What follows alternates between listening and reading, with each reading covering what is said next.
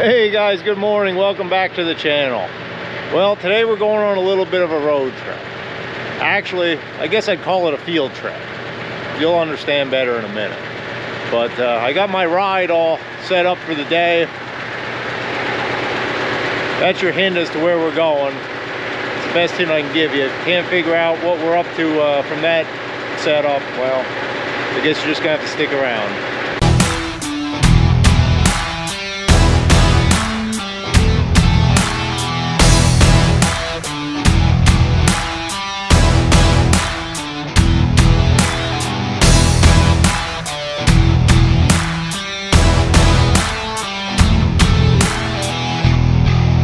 So we made it. We're about 20 minutes, 15 minutes from the mill by tractor. I'm over on the neighbor's farm here. He has this grove of walnuts behind me on the edge of one of his fields. And he approached me, wanted to know if I'd be interested in them. Of course, my answer is yes, when it's walnut. And the problem he's having here, he wants to farm the edge of this field. And well, anybody that's tried to grow anything around walnut or knows anything about walnut knows that nothing really grows well underneath them. You know, anytime you're at the edge of a woods here, you don't get the best crops. But walnut in particular just kind of puts out a natural herbicide almost. You know, it's just a chemical in the wood that doesn't allow stuff to really grow underneath it. So I told him, yeah, no problem, I'll come, I'll take off this corner here for him, pay him for the timber, clean the brush up. So that's what I'm working on today. I'm riding solo today. My dad's on vacation, so I'm gonna try to get this done in one day because I got a busy schedule. So the first thing I'm gonna do here is kind of take a survey and put a plan together on how I want to attack this stuff. So you can see what I'm working with here. Not super beautiful timber, but nice stuff for walnut. In a perfect world, what would be nice is if I could just drop them back into the woods and the tops would stay in there. It would be a lot less cleanup, a lot less mess in his field. But for those of you that know, trees that grow on the edge of a field, well, they tend to hang out over the field. They seek the sun and they hang out over the field. So getting these things to go over backwards is probably not going to happen. I do have some wedges with me. Might be able to wedge some. And best case, maybe I can twist them and get them to go sideways parallel to the edge of the woods so I can just kind of push them back. We'll see. It's going to be a case-by-case basis. But the first thing I wanted to show you guys is what not to do. Check this out. Somebody hunting on his property here put in these tree steps, let them in here. They started growing, getting grown in. That's a really nice walnut tree that is now pretty much useless for lumber. Even if you could, some of these you can get out, some of them you'd really have to chip the bark and fight.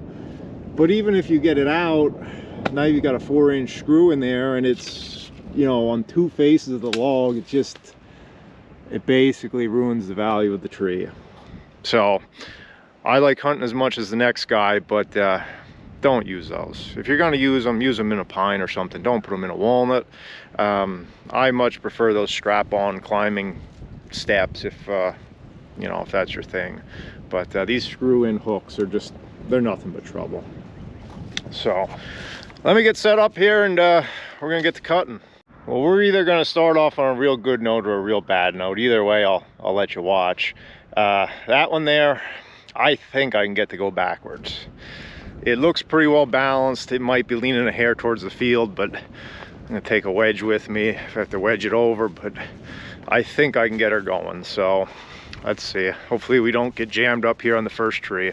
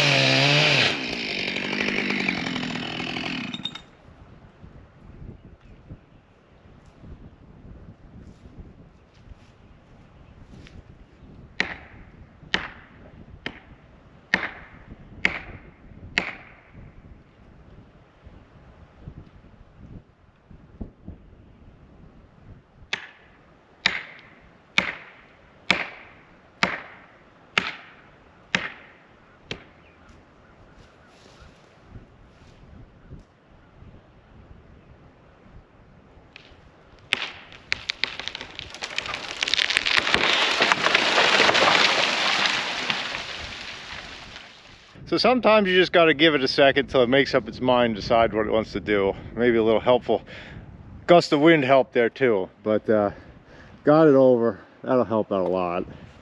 All those tops will end up in there. So I'm going to put a chain on it, pull it up a little bit, get that top to drop down, then I'll cut that log off. So everything I'm doing here, I'm just stacking up the logs over here at the edge of this cornfield. I'm gonna make myself a stack, and I'm gonna come back with the truck and fetch them. So real short skid, shouldn't be a big deal.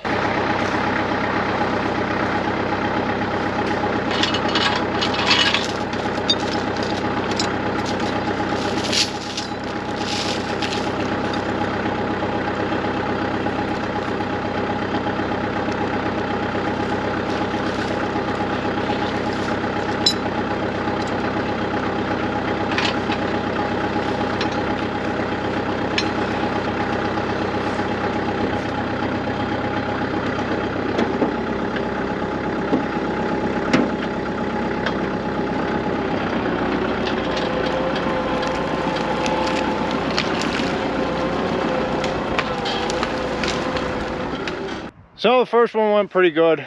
The second one, unfortunately, it's got to go out in the field. It's leaning way too hard. So I'm gonna try something different I haven't done before. I'm gonna put you guys on my head, and you get to see what I see as I'm cutting it.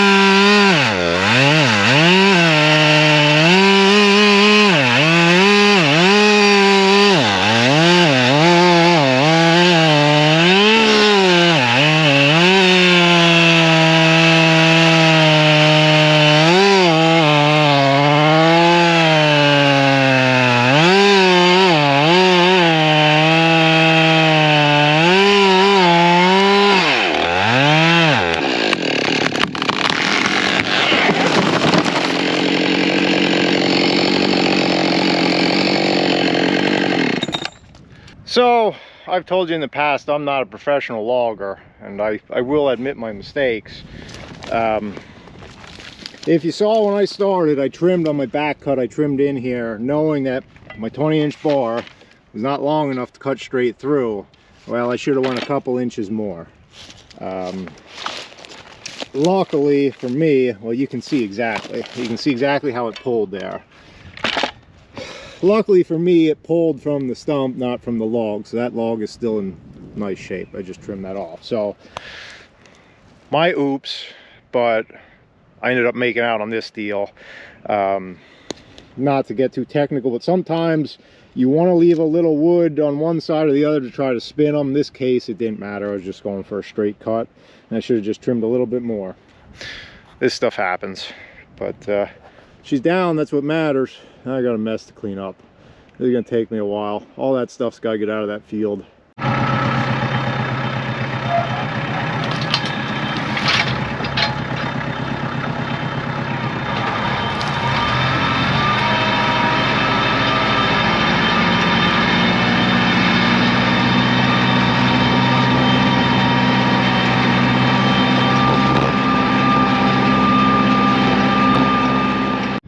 Snack time. Salami and cheese. I won't eat on camera. No, I'm getting there. I got this big one behind me. That's the last one on this corner. Other than that, it's getting cleaned up pretty good. It's kicking my butt though, I'll be honest with you. I was doing this alone. I don't know how many times I've been on and off the tractor. I should be filming more, but to be honest, my first priority is obviously not dropping a tree on my head. Second priority is getting this all laid out that I'm not making a mess of the landowner's field here. And third priority is just getting this done, because I'm working on a pretty tight schedule this week. So I'll get you some more shots here, some cool action. I got some big ones to come down yet, but a couple more to go.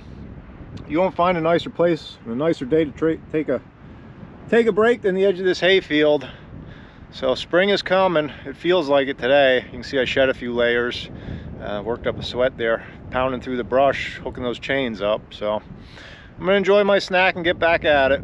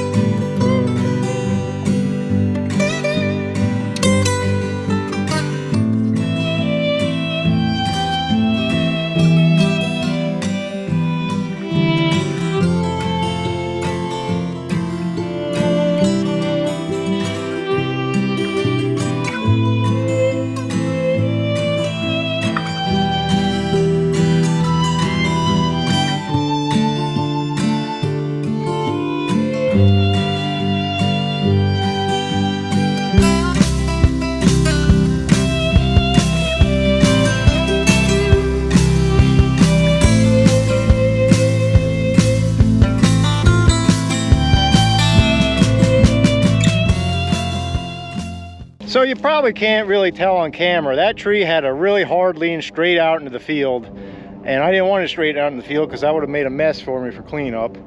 So I notched it. I didn't have the guts to try to go completely parallel. I didn't think it would pull it because it was hanging hard, but I notched it on a 45 and put it on a 45-degree angle. Held a little holding wood on the left side to try to spin it. One thing is kind of a disappointment, honestly. Not the way I dropped it, but the tree itself. One of the problems you have with walnut, when it grows on the edge of a field like this, gets a lot of sunshine, you get a lot of sapwood in it, which some people like. Sometimes it's undesirable for grade lumber. So I wish I saw more black in there, but it's still a nice log in its own right. So I'm gonna cut it up, get it out of here. Lost my tape measure. Feel like I'm at the sawmill just wandering around aimlessly looking for a tape measure. It's honestly been the most challenging part of this day, is keeping track of that darn thing. Just don't have a good place to clip it. And I know somebody's gonna tell me I should have a logging tape. Well, you're right, but I don't. So I guess I'm gonna have to use the foot tape. I'll just leave them a little bit long and trim them when I come back for the truck. I only have a couple more to go. Believe it or not, I found it. I get to see how close I was with the foot tape.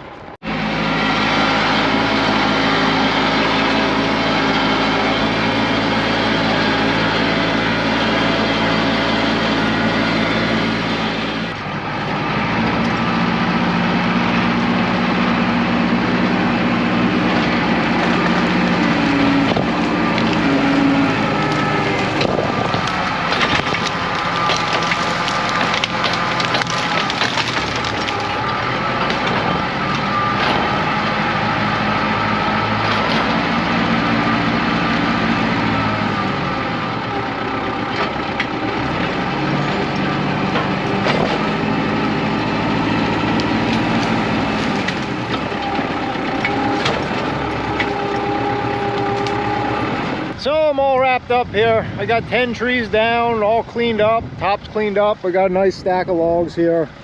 Don't mind my stacking. It's not the nicest stack I've ever made, but it'll do. So, did all that in about 4.5 hours, which for one guy it's hustling. I'm a little tired, but I'm glad I'm done for 2 reasons. Number 1, it's getting windy. It's never good to drop trees in the wind. Number 2, I left my lunch back at the sawmill, so I had to get this done. Can't be missing lunch. So I think what I'm going to do, I'm going to break this into 2 parts. So the next video, I'm going to go back, grab lunch. I'm not going to film that part. Grab the truck, and I'll come pick these up, scale them, get them loaded, take them back to the mill, maybe get some anchor seal on them. That'll be a second part, so we don't get too long-winded on this one. Maybe I am already. So I'm going to go grab a bite. I'll catch you on the next one.